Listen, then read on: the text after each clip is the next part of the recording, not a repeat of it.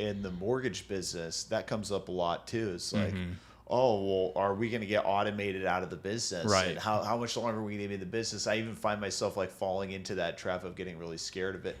But the thing I always fall back on and think about is, well, two things. One, it takes a long time for technology to phase out a certain line of occupation. I guess there's probably some things where if a certain technology is invented, then almost immediately everybody's out of a job. But that's like a snap of the finger type situation.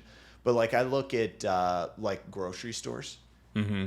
Grocery stores have still not been able to automate out a checker. Right. And like a cashier at any store you go to, there are still cashiers. That's got to be one of the simplest jobs that you can get. And we still haven't been able to automate that and eliminate that position through technology. So if somebody needs to get an insurance policy or they need to get a mortgage, that is infinitely more complex than ringing up your groceries at the grocery store.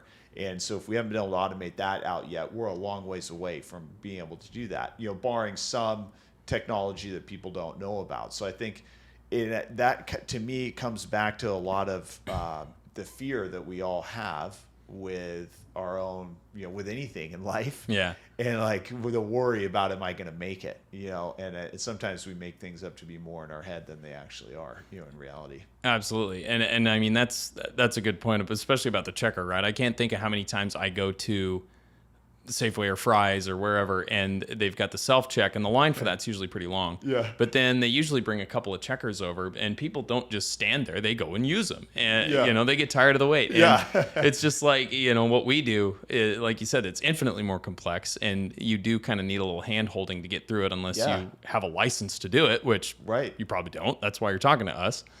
And people may dabble in it and try to do it on their own, but they soon realize that they probably bit off more than they can really chew. And it leads to a little bit more of a, expertise need for someone like that. So our jobs are never going away as far as I can see. 100%. Yeah, it's that consultative role